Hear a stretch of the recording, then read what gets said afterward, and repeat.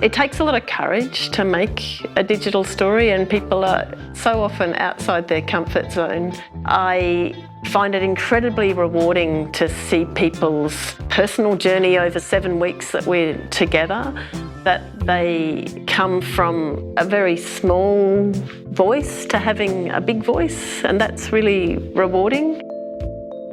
That's the voice of Jenni Savigny, a community artist specialising in the particular form of digital storytelling. I'm Maya Haviland, and in this episode of Collaboratory Conversations, we're going to hear from Jenni and her collaborator Steve Corey as they share their experiences supporting non-professional storytellers to create personal digital stories as a form of community development and living social history. Our conversation is an edited version of a live recording made at the ACT Heritage Library in Canberra, Australia in 2021, on the occasion of an exhibition called The Art of the Story Circle, which celebrated 10 years of collaborative storytelling with communities through Jenni's organisation Gen S Stories. Gen S Stories has worked with a diverse range of people and communities, telling stories about many topics, including mental illness, the experiences of migrants, trans and gender diverse people, surviving domestic violence, and losing a home to forced demolition. Jenni believes that anyone can craft a story with the right environment and support, and that storytelling can give people the opportunity to have a voice and be heard who may not otherwise be given that chance. In our conversation, Jenni and Steve will share with us how they create a safe environment and describe the support they give so that people can script and produce a personal digital story about something that's important to them. But before we look at the process and structures to enable this kind of co-creativity to emerge, let's hear what a digital story is and how it's different to other forms of oral history. A digital story is a really simple form of filmmaking that was developed in the sort of early to mid-90s in Los Angeles, when some designers got together and realised that filmmaking software had got really simple, or I shouldn't say really simple because it can still drive you nuts, can't it, Steve? And a lot of people had laptops, later comes digital phones, so technology is becoming a lot simpler and a lot more accessible, and they realised that if there was a filmmaking format that could be kept simple, then anybody could make a film, and they developed the digital story genre, which is about a 3 to 5 minute video about a personal story, and it's always about a personal story. So mostly people write a script which is about 450 to 500 words. They record that script using their own voice. Barbie here has done a lot of voice recordings for us at Artsound FM. And then through a process of storyboarding, they start to put images that will go with that script, and that is particularly a role that Stephen has done a lot of. We mostly work with stills because that's simple, and we work over 6 workshops of about 4 hours each, and in that time people go from I couldn't possibly do this to wow, I've done this amazing thing. Yeah, so if you've never seen a digital story, it's really hard to explain until you actually see one. You can see some digital stories by following links in the show notes to the Gen S Stories website. They're a very unique form of filmmaking because they're so simple and they're so authentic and they're so raw. And the really essential thing to understand is that I don't make the film. The process that we run means that, for example, Steve and I would work together to assist you to make your own film. So you are your own film director and editor, and it means that people's integrity is respected because they make choices about what they wish to reveal and how they wish to reveal it. And we're not imposing our editorial voice upon them. What else is unique about digital stories compared to other types of filmmaking or storytelling? And how do people structure their stories when they're starting to develop them? In a digital story, you seriously have about 450 to 500 words. And some people have these enormous stories that they want to squeeze into this little format, and it's very difficult. So economy is absolutely critical. You have to drill down to absolute essences to write a good digital story, and that sort of dictates its own internal structure in lots and lots of ways. Some people think in a very linear way that they will tell a story that's a perfect, 3-act story. Lots of people, it just spills out in a jumble. When I work with people to write this script, and it's a one-on-one development process, what I usually do is sit with them and we'll make a mind map together, and then the person can have an idea of where they'd like to start and where they'd like to end. And sometimes stories start at the end and go around, or they want to start in the middle and go back. So it's really up to them. But we do talk about a little bit about story structure and having some sort of dramatic hook, like the question of why do we want to watch this story and what happens to this person, or how does it end, like this person's about to lose their house and what's going to happen to them. So we do talk about beginnings and about ends, but people write whatever they want to write. And I might help them or suggest some shaping, but they write what they want to write. In addition to the script, another essential element of a digital story are photos and images. What's important about images in this form, and how do digital story images differ from those used in professionally told stories? Steve Corrie is a photographer and a photographic educator who has worked on many digital storytelling projects with Jenni. The pictures, first of all, help make each individual story unique. They use their own pictures, they take their own pictures. We encourage them to not use any pictures on the net where possible. So that just helps add to the character of each of the stories. They're very informative. We learn more about each of the individuals through their personal photos. The images can also help drive the narrative. We don't always have a lot of words in each of the stories. The narrative can be really picture-based, so we understand what's happening through the pictures. If the images are more metaphorical, they're just all about making the story their own. So again, it's to do with that uniqueness of every one of these stories. And the people that participate, many of them haven't taken many photos before, so I help them to learn how to take a photo. I give them a little bit of a tutorial, so they're learning some skills. And through that process, they create some really honest and genuine pictures. They're not Hollywood productions, they're not polished work, and I think that authenticity helps add to the story and make it a real and genuine piece of work. So yeah, they're really big drivers of the story, and they certainly wouldn't be the same without them. They certainly wouldn't be as unique, I think. That's why they're a really important part. Jenni mentioned before that she's developed a process of 6 workshops that she uses with all the groups she works with. So what are the steps to move from first ideas through to finished short films? Okay, so the first workshop is about setting up an agreement about how the group is going to operate safely, and that's really an important part of the process because it's very personal work, and I really want people to feel safe and prepared to take risks.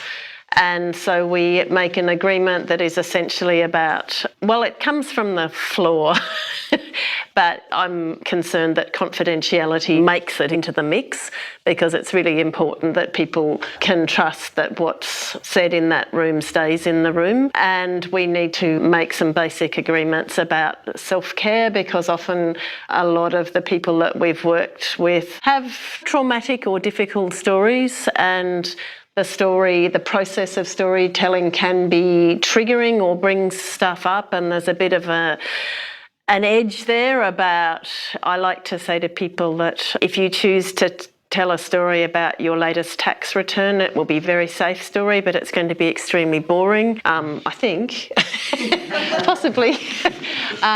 So we need to approach something that moves us and we feel passionate about, but not too much. And we need to take care of our audience as well. So in the same time, we need to be very mindful about the stories that we tell and how we tell them. So, for example, where people's stories touch on suicide or domestic violence, we need to hold that story in a certain way so that audiences aren't triggered. And of course, a lot of the spaces that we work in, we usually say that we're aiming for a film classification of about PG, and that's sort of up there from the beginning.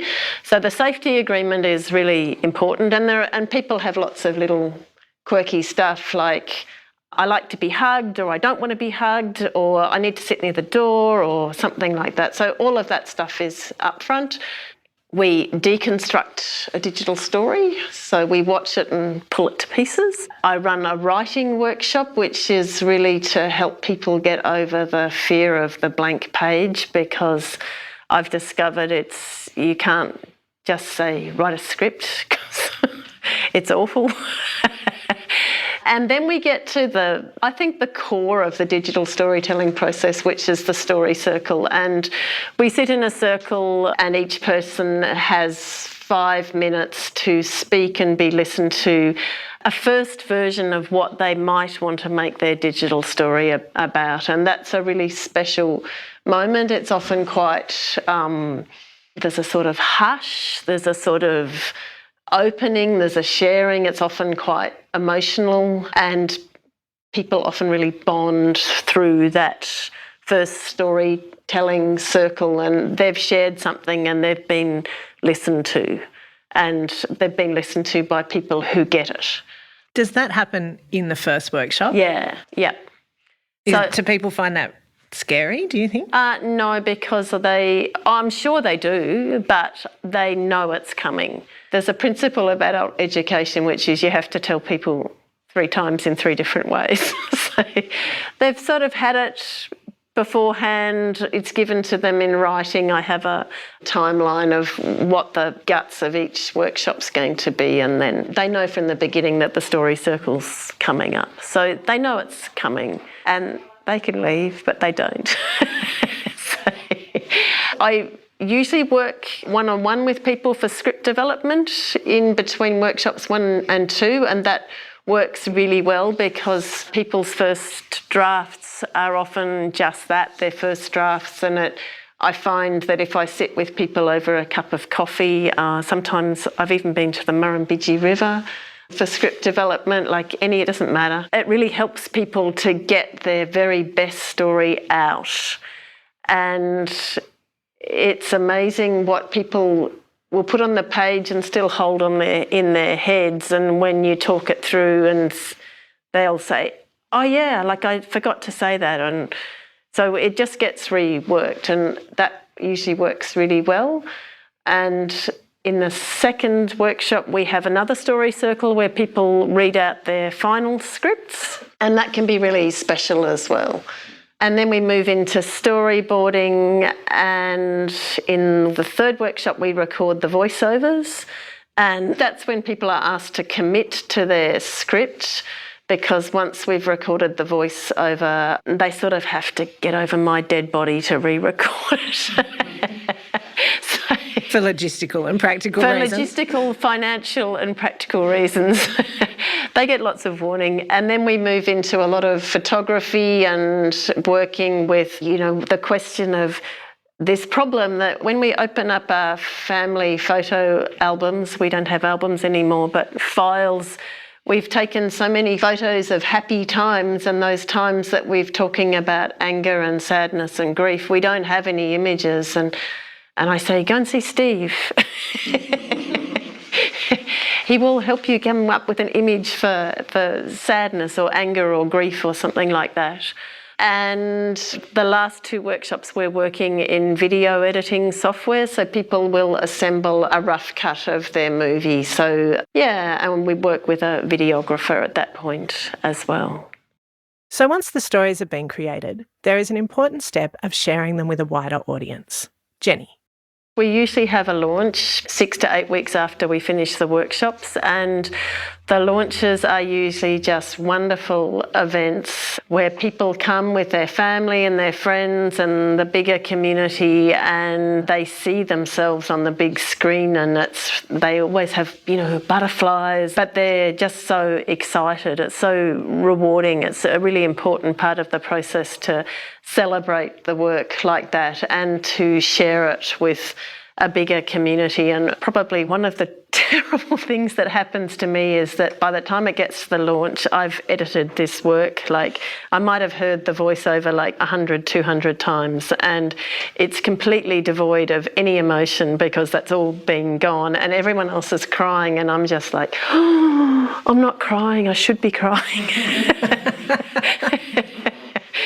Anyway, one of the most amazing launches that really sticks in my mind was with Agenda in 2013, and they did this project, this one here, Being True to Ourselves, and it was launched at the National Film and Sound Archives, and it was in the days before COVID, when we could fill up cinemas and have 100% capacity, and there was just such excitement because this was, it's not that long ago, but it is a long time ago for trans people, that they were out in public.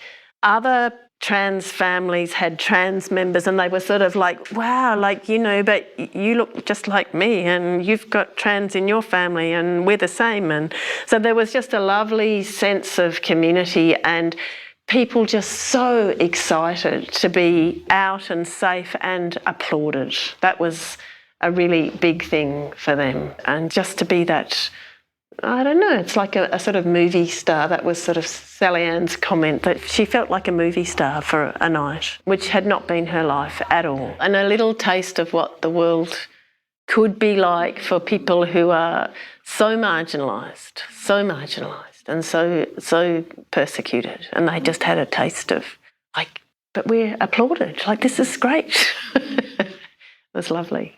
Yeah, it's a lot of hard work and a lot of emotion. When you get to the end and you have your exhibition and your opening, it's a real release. You feel that everybody's just happy. Usually at the end of the process, we show the films to the group. They're very unfinished, so the last lesson will have a screening, and that's really a lot of emotion there. There can be really, a lot of tears and so on, but the screening here, there's still tears, but it's a different atmosphere. It's a celebration. So it's quite a nice end to it all, and a really important part, I think. Just adds value to the whole process then. Oh, you did this great story and then we just put it on a digital hard drive somewhere and no one sees it, then that's a bit of an anti-climax. So they deserve a celebration for their honesty and openness. So, yeah.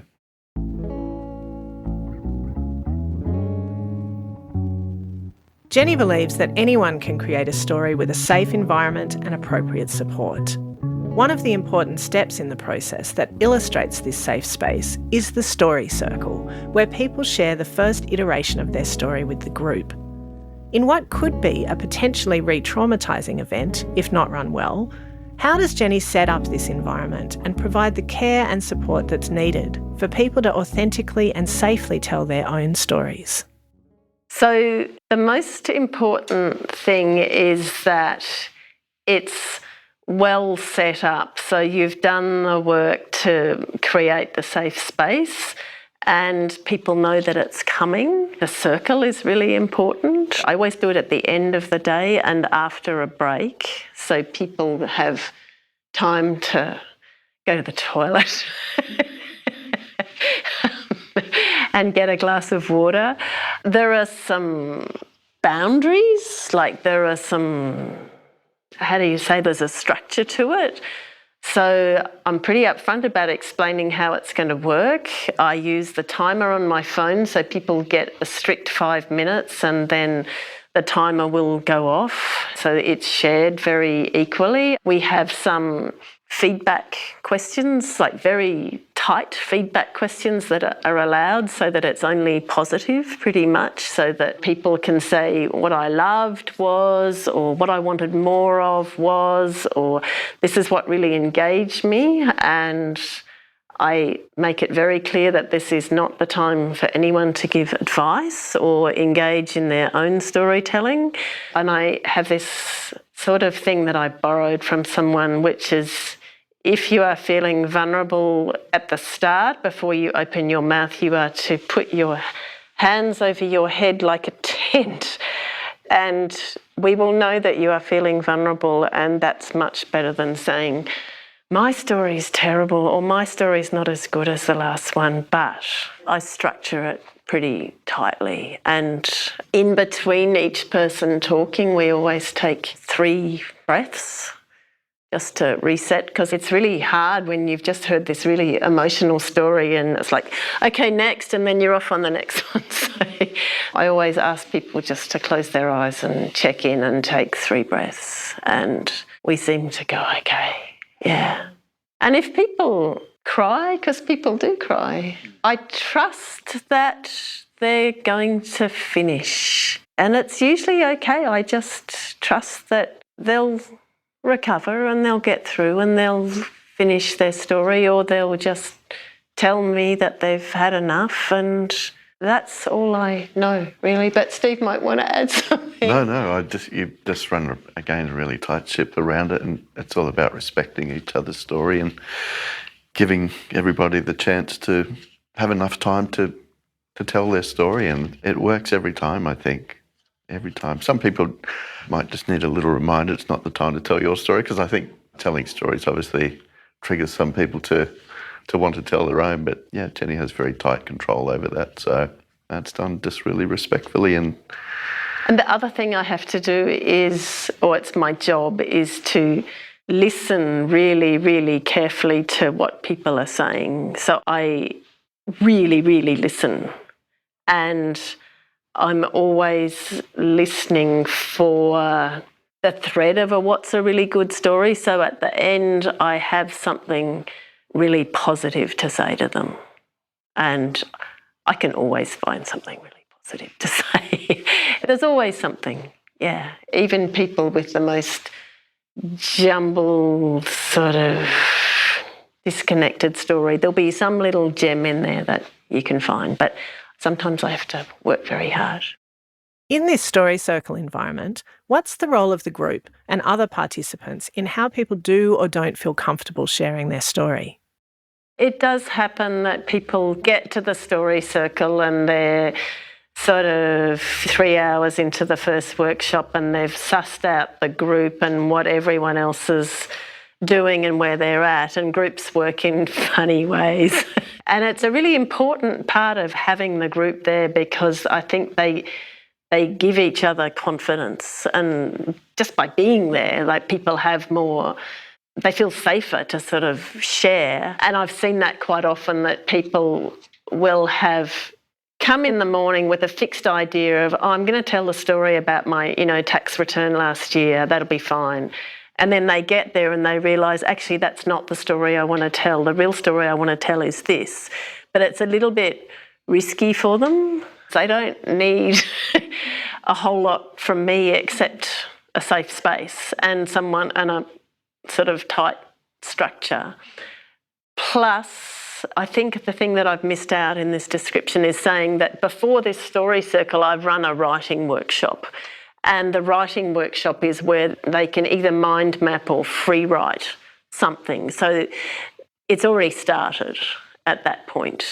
And what also happens, and this is why the group is so important, it always amuses me who likes to go first and get it over and done with, and who's just going to hold back, and it's like, I must go last.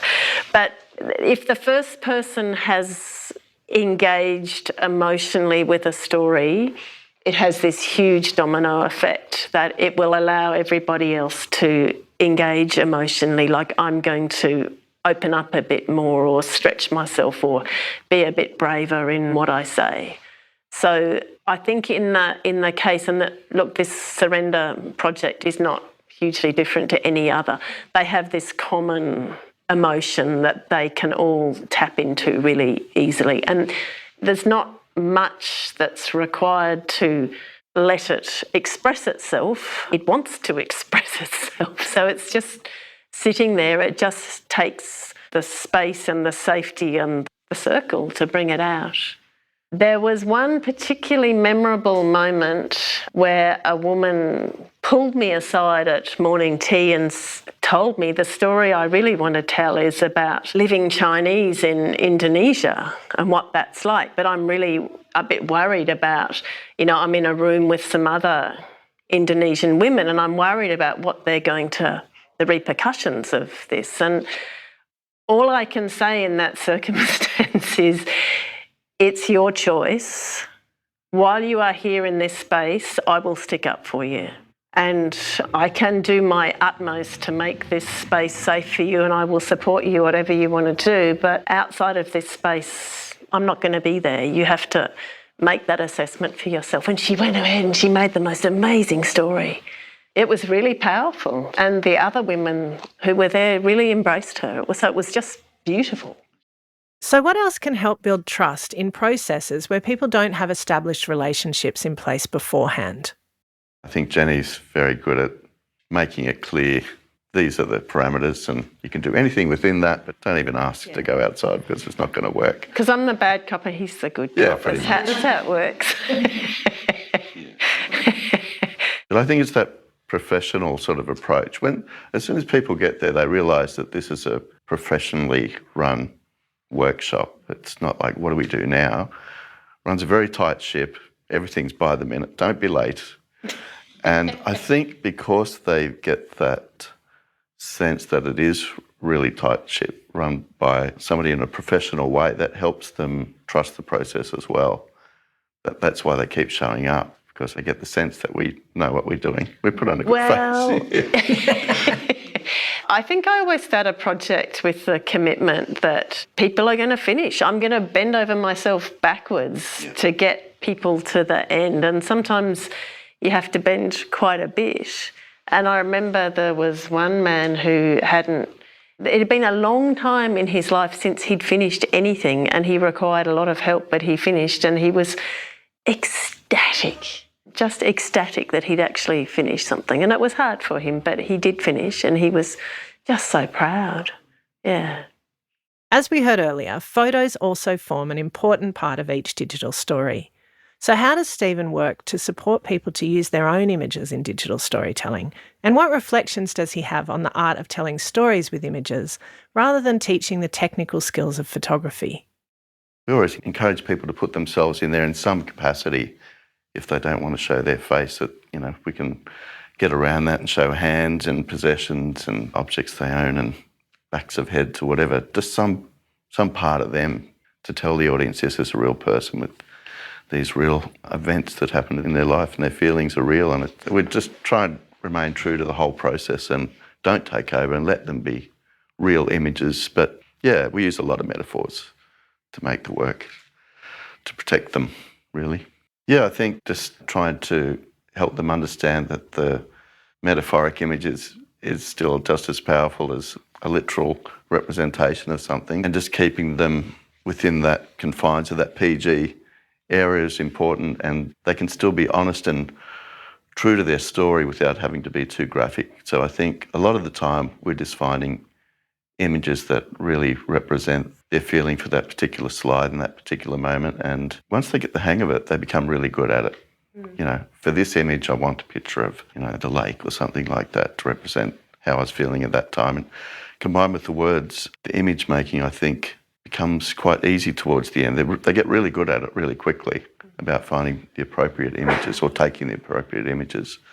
We don't focus a lot on the technicalities. We just make sure that they're shooting a big enough file and the images just take the picture where there's enough light, so we don't steal that off them and, I don't bring in all my flash gear and try and take over. There's a part of me that wants to do that.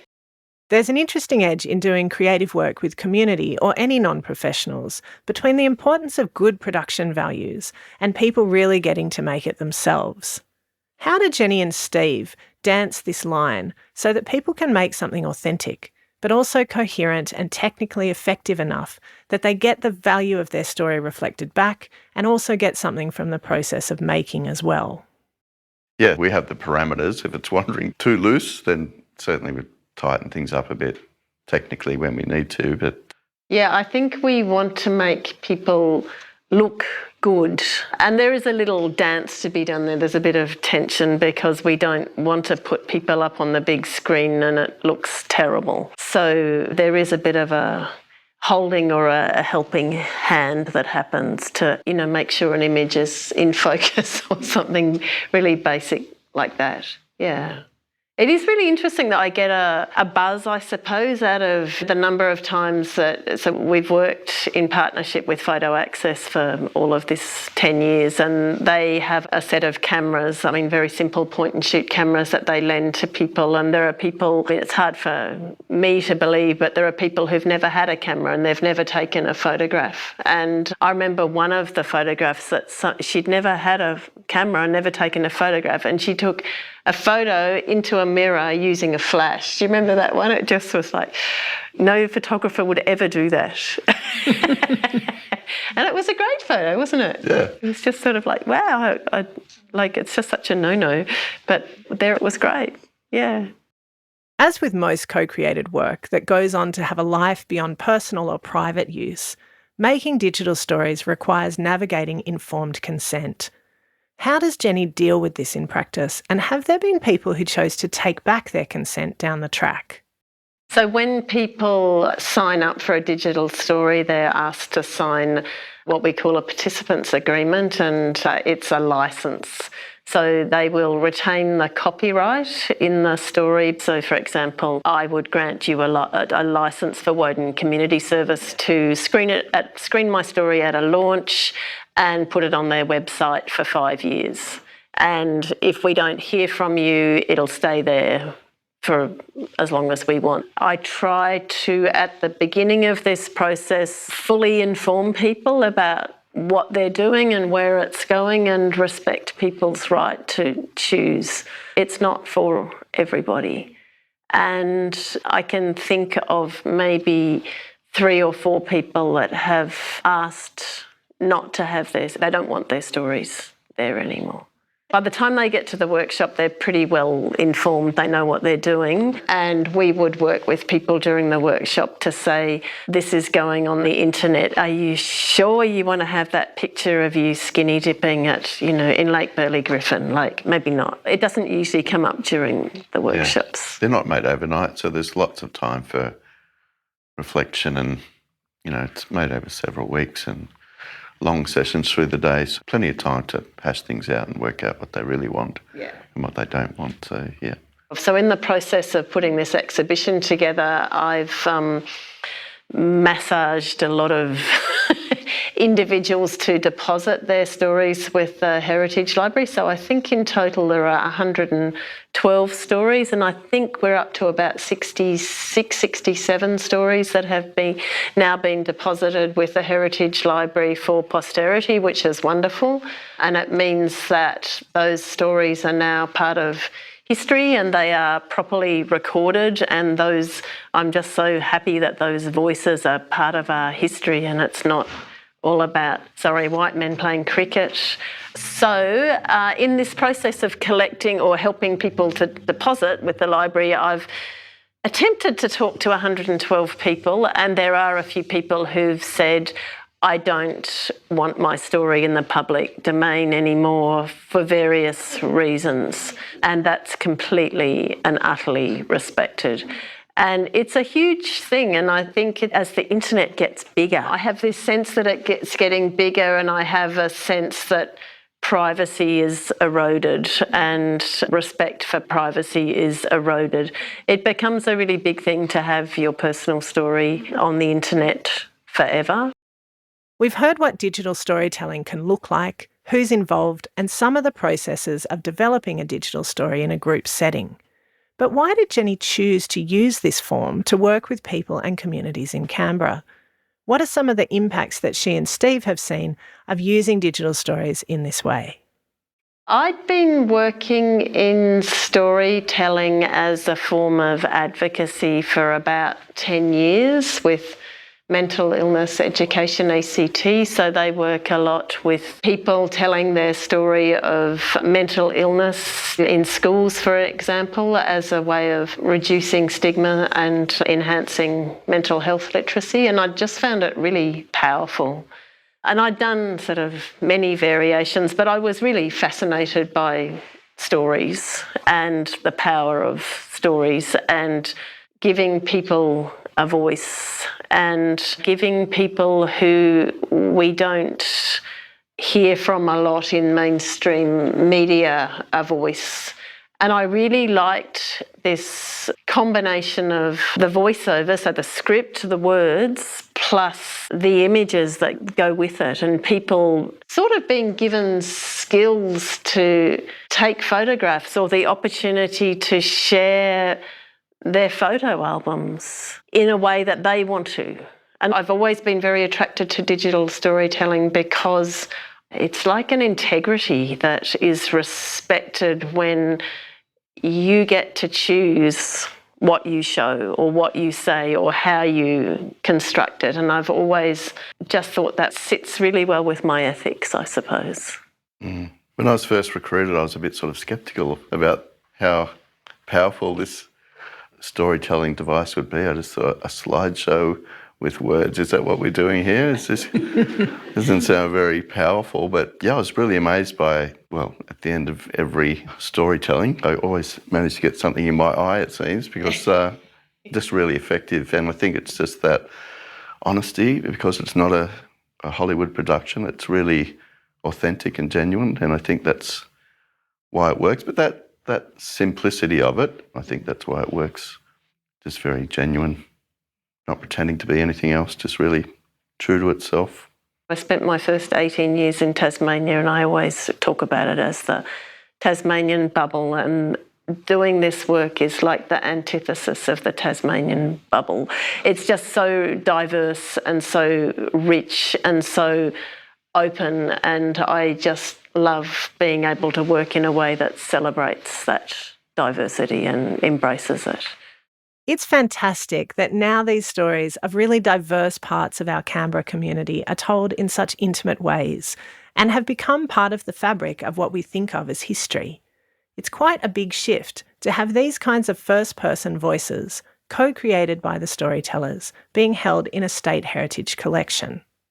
It's something that I said at the launch, that when I did this project in 2013 with Agenda, transgender people were saying to me, "We are invisible, talk us into existence." And I always remember that. And they're much less invisible now, but it's true of so much of the people's stories that I've worked with, is that they're on this invisibility spectrum. And it's so important that they become visible and are heard, and they're part of history and part of who we are.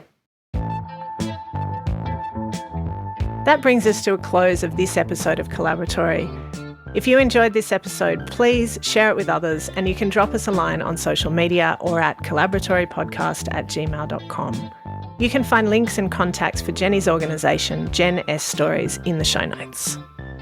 This episode of Collaboratory was written and edited by Maya Haviland and Nicole Dean. Series producer Maya Haviland. Audio engineering by Nick McCorriston, and music made especially for us by Seprock. Additional research and production support by Nicole O'Dowd. Collaboratory is produced on the lands of the Ngunnawal, Ngambri and Ngunnawal people. We pay our respects and ongoing gratitude to the custodians, past, present and future, of the lands on which we work and of the knowledges from which we learn. Collaboratory is a production of the Scaffolding Cultural Co-Creativity Project, hosted by the Centre for Heritage and Museum Studies in the College of Arts and Social Sciences at the Australian National University. Funding is generously provided by the Australian National University Translational Fellowship Scheme.